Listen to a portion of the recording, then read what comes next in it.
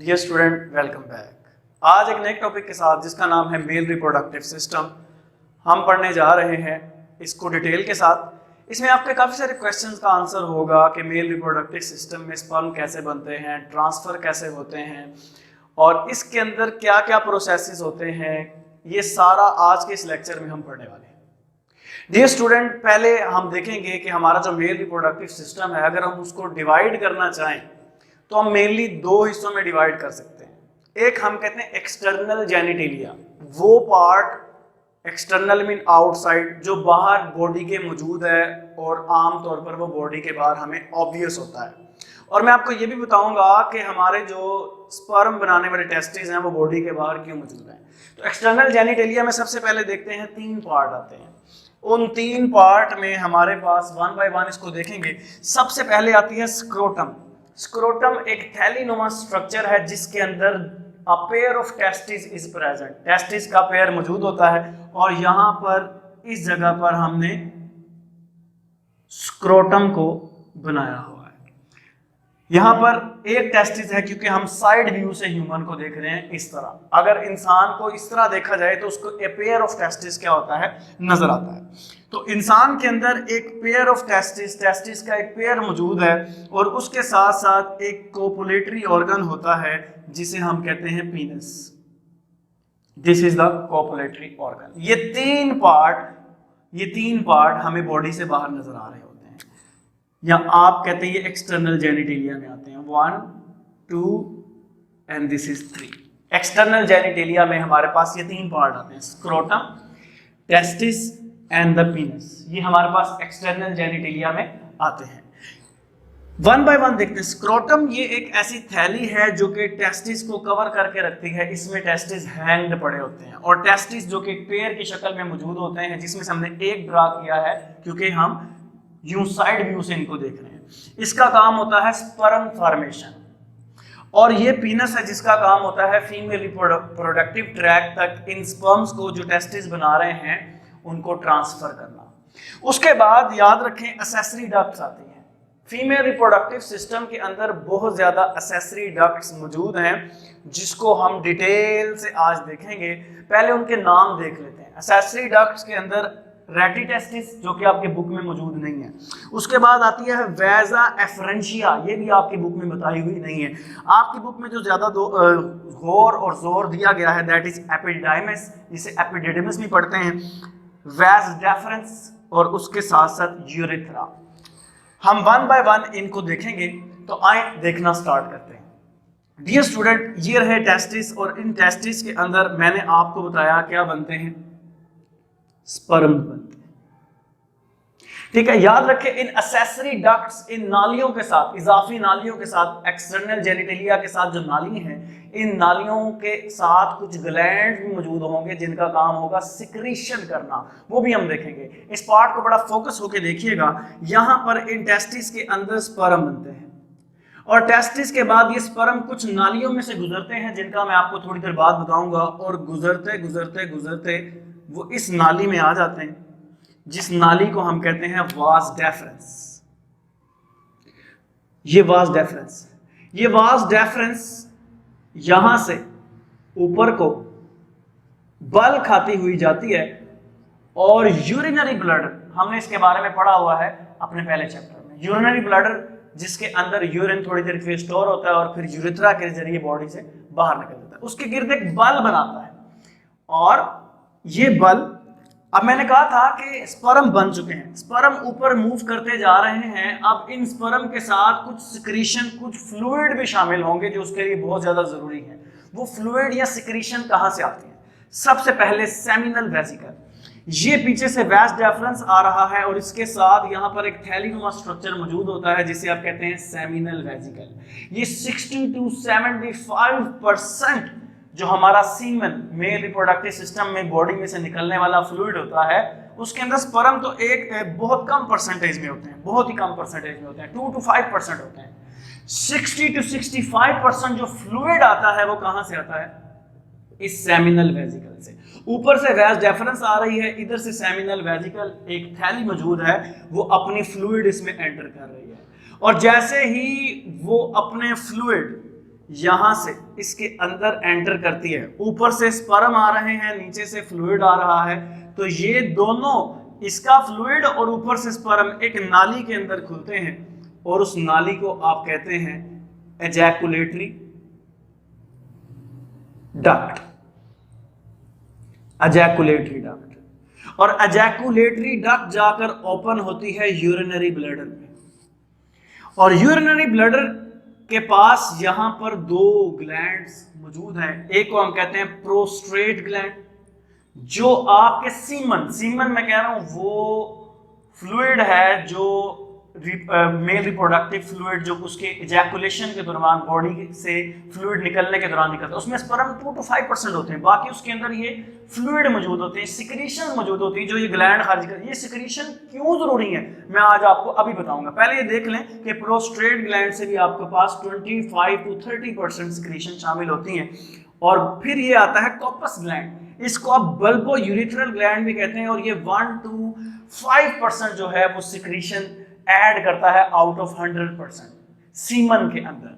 तो ये तीन, seminal vesicle, prostate gland and bulbo urethral gland, ये सारे आने वाले स्पर्म के अंदर सिक्रीशंस ऐड करते हैं। और इन सिक्रीशंस के अंदर क्या क्या होता है?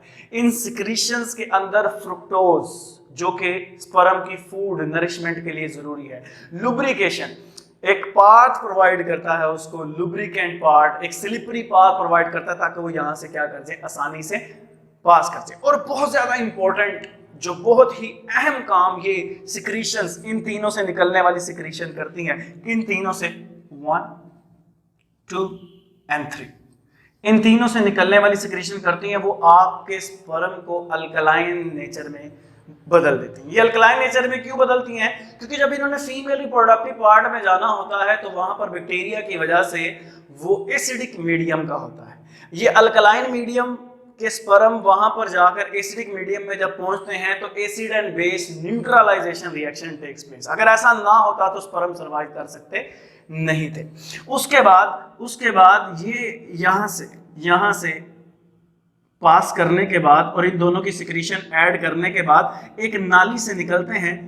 पहले देखें, एजैकुलेटरी डक्ट, यूरिनरी ब्लैडर, वहां से एक नाली निकल रही है जिसको आप कहते हैं यूरिथ्रा, और यूरिथ्रा बॉडी के बाहर और जाकर खुलती है इनटू द कॉपुलेटरी ऑर्गन जिसे पीनस भी कहते हैं। अच्छा, कॉपुलेटरी ऑर्गन, जब एक ह्यूमन मेल पैदा होता है तो उसके साथ फोर स्किन भी लगी होती है, यानी उसके साथ थोड़ा सा गोश्त का लोथड़ा लगा होता है। उसको मुस्लिम्स और कुछ अदर कम्युनिटी के लोग कुछ इसको पैदाइश के बाद उतार देते हैं। मेडिकली इसका बहुत ज्यादा फायदा है, इससे सेक्सुअली ट्रांसमिटेड डिजीज से बचा जा सकता है। और उसके साथ साथ इसका क्या फायदा है इसको उतार देने का? जब इसको उतार दिया जाता है तो एड्स के चांसेस क्या है, कम है। जो रिप्रोडक्टिव सिस्टम की डिजीज है इससे क्या होती है, बहुत ज्यादा कम है, और ये मेडिकली रिकॉग्नाइज्ड है। तो ये फोर स्किन उतार दी जाती है, ठीक है जी। अब ये कॉपुलेटरी ऑर्गन है जो फीमेल रिप्रोडक्टिव पार्ट के अंदर स्पर्म को ट्रांसफर करने में मदद देगा। तो यहाँ से स्पर्म पैदा हुए, यहाँ से वैस डेफरेंस, और वैस डेफरेंस से फ्लूइड्स को, सिक्रीशंस को शामिल करते हुए यूरिनरी ब्लैडर, ब्लैडर से यूरिथ्रा, और यूरिथ्रा से बाहर। देखें, बॉडी के बाहर बने हैं स्पर्म, फिर बॉडी के अंदर इनटू द एब्डोमेन अंदर गए हैं, और फिर बॉडी के बाहर आए हैं। अब यहां पर सवाल पैदा होता है कि अगर बॉडी के बाहर ही निकालना था तो बॉडी के बाहर बनाया क्यों है? स्पर्म बॉडी के बाहर टेस्टिस में बने और निकले भी बॉडी से बाहर थ्रू द पीनस, तो ऐसा क्यों है? याद रखिएगा, हमारे बॉडी का टेम्परेचर फेवरेबल नहीं है स्पर्म की फॉर्मेशन के लिए। हमारे बॉडी का temperature 37 degree centigrade round about is not the good for the sperm formation. So outside temperature is 2 to 2.5 degree centigrade less than inside, तो ये फेवरेबल होता है, ठीक है जी। अब ये तो हमने देख लिया कैसे कैसे स्पर्म पास करते हैं और कैसे इस पीनस से निकल के बाहर आते हैं। अब हम इस टेस्टिस का क्रॉस सेक्शन देखेंगे जिसके अंदर ये स्पर्म बन रहे हैं। यानी ये टेस्टिस पड़ा हुआ है, ये टेस्टिस है, ठीक है, और इसको हमने ऊपर से यूं काट दिया है। काटने के बाद जब हमने इसको देखा तो ये कुछ ऐसा दिखता है। ये ऐसा दिखता है, इसमें क्या क्या है आए जरा गौर से देखते हैं। इसमें क्या क्या है? ये तो वैस डेफरेंस है, ये वैस डेफरेंस है जिसको आपने यहां पर देखा, उसके पीछे आते जाएं आते जाएं आते जाएं आते जाएं तो एक बहुत ज्यादा बलदार कंप्लेक्स किस्म का कॉन्वोलेटेड कंप्लेक्स किस्म का डक्ट सिस्टम होता है। इसे हम कहते हैं सेमिनिफेरस ट्यूब्यूल, यानी this one seminiferous tubules, highly complex duct system. अच्छा, अगर आप गौर करें, कुछ चीजें आपकी बुक में नहीं बताई हुई, जैसे ही आप टेस्टिस को क्रॉस सेक्शन में काटते हैं तो ये यहां पर this one, this is the lobe, ये एक लोब है, ये एक लोब है, ये एक लोब है, लोब। इसे आप कहते हैं टेस्टिकुलर लोब, इसे आप टेस्टिकुलर लोब कहते हैं। और इस टेस्टिकुलर लोब के अंदर मौजूद होता है बहुत ज्यादा कंप्लेक्स डक्ट सिस्टम, बहुत ज्यादा कंप्लेक्स डक्ट सिस्टम, जिसे आप कहते हैं सेमिनिफेरस ट्यूब्यूल्स। यही वो ट्यूब्यूल्स है जहां पर स्पर्म बनते हैं। कैसे बनते हैं अभी देखेंगे हम, लेकिन ये जो आपको मैंने बताया कि ये टेस्टिकुलर लोब्यूल है, ये एक ह्यूमन टेस्टिस के अंदर 250 तक हो सकते हैं, और एक लोब्यूल कितने हो सकते हैं एक टेस्टिस में 250, और एक लोब्यूल जो कि टोटल 250 है, उस एक लोब्यूल के अंदर सेमिनिफेरस ट्यूब्यूल 3 होती हैं, 3। ये सेमिनिफेरस ट्यूब्यूल्स क्या करती हैं, ये सेमिनिफेरस ट्यूब्यूल बहुत ही कॉम्प्लेक्स ट्यूब्यूल्स हैं, यही बनाती हैं क्या, यही बनाती हैं स्पर्म को। लेकिन उससे पहले मैंने कहा था कुछ आपको बताने वाले पार्ट रह गए। ये सेमिनिफेरस ट्यूब्यूल्स के बाद दिस इज द आर्टी रेटी टेस्टिस, जिसका आपकी बुक में जिक्र नहीं है। उसके बाद यहां पर ये जो पार्ट मौजूद है, इतना हिस्सा, इसे आप कहते हैं वैजा एफरेंशिया, वीई, वैजा एफरेंशिया। उसके बाद जो इन सेमिनिफेरस ट्यूब्यूल से निकलने के बाद हाईली कॉन्वोलेटेड बलदार हिस्सा होता है, this one, this is called as epididymis, epididymis भी बोलते हैं। इसमें कुछ देर के लिए पार्सली स्पर्म्स क्या होते हैं, स्टोर हो सकते हैं, और फिर वैस डेफरेंस से आगे कहां जाते हैं ये हमने सारा देख लिया है। अच्छा, अब सेमिनिफेरस ट्यूब्यूल्स को भी काट दें। जब इन सेमिनिफेरस ट्यूब्यूल्स को आप काट देते हैं तो ये आपको कुछ इस तरह दिखाई देती है। इनके बाहर एक मेम्ब्रेन होती है, जिसे आप कहते हैं बेसमेंट मेम्ब्रेन, और इसके अंदर एक मेम्ब्रेन होती है जिसे आप कहते हैं जर्मिनल एपिथेलियम। ये क्या है, ये सेमिनिफेरस ट्यूब्यूल्स का क्रॉस सेक्शन है। सेमिनिफेरस ट्यूब्यूल्स का क्या है, जो टेस्टिस के अंदर मौजूद है और इसके अंदर स्पर्म बनते हैं। अच्छा देखिएगा इसके अंदर वाली ये जो सेमिनिफेरस ट्यूब्यूल्स बहुत ज्यादा कॉम्प्लेक्स ट्यूब्यूल्स हैं, इसकी 2 लेयर्स हैं। इसके अंदर वाली लेयर में हमें 2 तरह के सेल देखने को मिलते हैं, दिस वन, एक तो जर्मिनल एपिथेलियल सेल, और कुछ सेल इस तरह के होते हैं, थोड़े से डिफरेंट होते हैं। ठीक है जी, ये तो जर्मिनल एपिथेलियल सेल है। ये जो रेड कलर के सेल यहां पर मैंने ड्रा किए हैं, इसे आप कहते हैं सर्टोलाई सेल या सर्टोली सेल। इन सर्टोलाई सेल्स का क्या काम है, उसे तो हम देखेंगे। अभी मैं कह रहा हूं ये जर्मिनल हमारे पास सेमिनिफेरस ट्यूब्यूल्स का क्रॉस सेक्शन है, जिसके अंदर क्या बनने हैं, जिसके अंदर हमारे पास स्पर्म बनने हैं। उस क्रॉस सेक्शन में गए तो देखा 2 तरह के सेल हैं, एक तो हम इसे कहते हैं जर्मिनल एपिथेलियल सेल, और दूसरा है सर्टोली सेल। ये जर्मिनल एपिथेलियल सेल हैं, इनसे ही स्पर्म बनने हैं।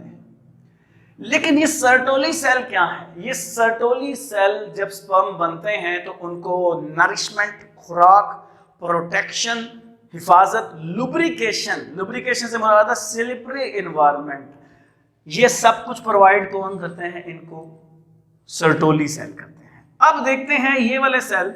अच्छा, एक बड़ी इंपॉर्टेंट बात है, ये तो हमारे पास एक जर्मिनल एपिथेलियल सेल मौजूद है, जो कि हमने यहां पर कहा, ये क्या है, जर्मिनल एपिथेलियल सेल। अच्छा, फर्ज कर लें ये एक क्रॉस सेक्शन है किसका, ये एक क्रॉस सेक्शन है हमारे पास सेमिनिफेरस ट्यूब्यूल्स का। ऐसे एक और सेमिनिफेरस ट्यूब्यूल्स होंगी, उसके अंदर भी दो तरह के सेल मौजूद होंगे। एक कौन से? एक जर्मिनल एपिथेलियल सेल और दूसरे सर्टोली सेल। अच्छा, कुछ सेल इन दोनों के दरमियान में होते हैं, उसे आप कहते हैं इंटरस्टिशियल सेल। इंटरस्टिशियल सेल, बात गौर कीजिए, दो तरह के सेल है, एक अंदर है सर्टोली सेल और जर्मिनल एपिथेलियल सेल, और कुछ इन सेमिनिफेरस ट्यूब्यूल्स के दरमियान में भी मौजूद है।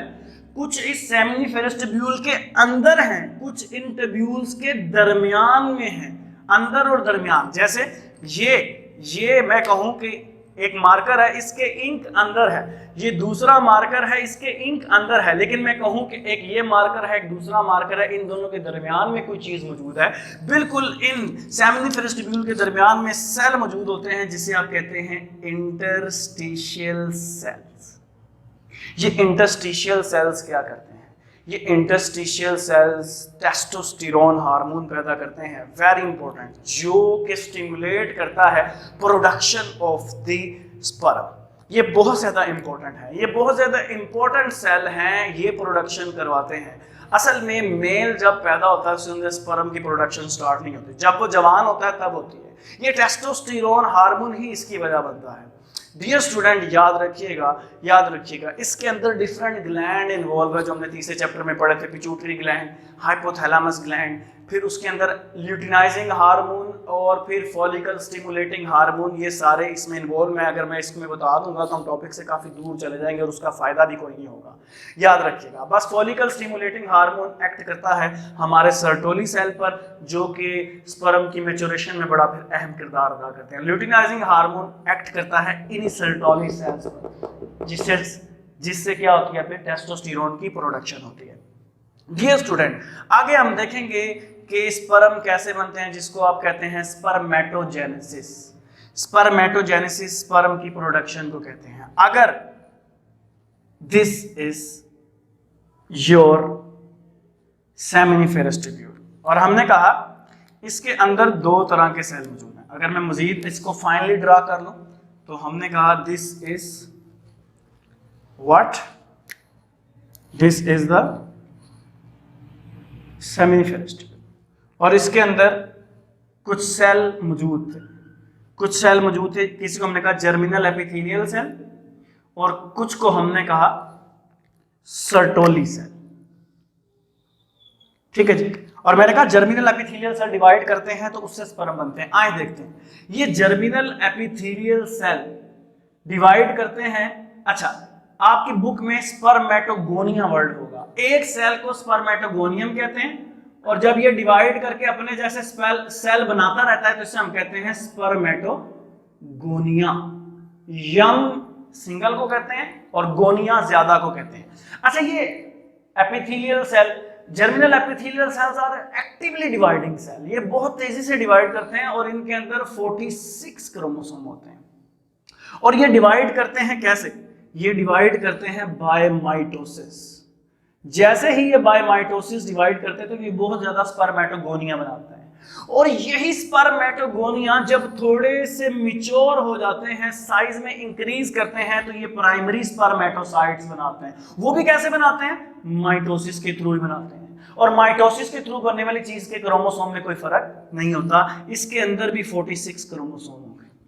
लेकिन जैसे ही प्राइमरी स्पर्मेटोसाइट बन जाते हैं, उनके अंदर मियोसिस होती है, और मियोसिस की दो स्टेजेस होती है, मियोसिस 1 एंड मियोसिस 2। यहां पर आकर होती है मियोसिस 1। मियोसिस 1 यहां पर होती है, मैं इसको सिंपली लिख लेता हूं ताकि ये ज्यादा जगह कवर ना करें। मियोसिस 1, मियोसिस 1 यहां पर होगी, और इस मियोसिस 1 के नतीजे में आपको पता है मियोसिस में क्रोमोसोम क्या हो जाते हैं?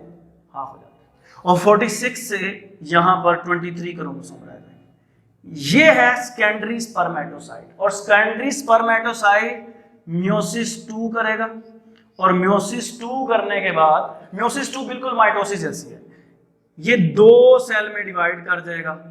ठीक है, यहां पर 2 में डिवाइड हो चुका था। अगर ये एक सेल है तो मियोसिस 1 में इससे 2 बनने थे 23 वाले, और मियोसिस 2 में 4 सेल में ये डिवाइड हो जाता है 23 क्रोमोसोम वाले में। बस meiosis 1 is the reduction division, इसमें 46 से 23 क्रोमोसोम रह जाते हैं, और मियोसिस 2 के अंदर ये स्पर्माटिड में बदल जाता है, और स्पर्माटिड अब स्पर्म बनने वाला है, उसको स्पर्मेटोजेनेसिस कहते हैं। स्पर्माटिड के अंदर थोड़ी सी चेंजेस आती हैं। वो चेंजेस क्या आती हैं? थोड़ा सा साइज में बड़ा होता है, और उसके साथ ये अपने अंदर एक टेल बना लेता है, टेल, इस तरह टेल बना लेता है, इसको स्पर्म कहते हैं। अच्छा, ये स्पर्म का हेड रीजन कहलाता है, ये इसका टेल रीजन कहलाता है, और इस हेड के अंदर मौजूद होता है उसका डीएनए, और टेल से ये मूव करके फीमेल रिप्रोडक्टिव पार्ट तक जाता है। और जब एक बार ये स्पर्म बन गए तो फिर ये सर्टोली सेल का काम है इनको प्रोटेक्शन देना, इनकी हिफाजत करना, इनकी नरिशमेंट करना। होपफुली डियर स्टूडेंट ये लेक्चर आपको समझ आ गया होगा और इसमें कोई प्रॉब्लम नहीं होगी आपको। एक बार बस इसको देख लें, स्पर्मेटोगोनिया, गोनियम सिंगल, गोनिया ज़्यादा थोड़े से मिच्योर होते हैं, प्राइमरी स्पर्मेटोसाइट माइटोसिस के जरिए होते हैं, मियोसिस करते हैं, 40 से 23 क्रोमोसोम रह जाते हैं, ठीक है। और 40 से 23 क्रोमोसोम के बाद जब मियोसिस 2 होती है तो इनके नंबर क्या करते हैं, इंक्रीज कर जाते हैं, ये 4 हो जाते हैं, और वो फिर 4 मैच्योर होकर 4 क्या बना देते हैं, स्पर्म बना देते हैं। कोशिश कीजिएगा नंबर से अपने आप को कंफ्यूज मत कीजिएगा, ये याद रखिएगा। और इस तरह स्पर्म बन चुके हैं और ये फिर फीमेल बॉडी में ट्रांसफर होकर फर्टिलाइजेशन करते हैं। होपफुली आपको लेक्चर समझ आया होगा। इंशाल्लाह ताला नेक्स्ट लेक्चर में मिलेंगे। अपना ख्याल रखिएगा। अल्लाह हाफिज़।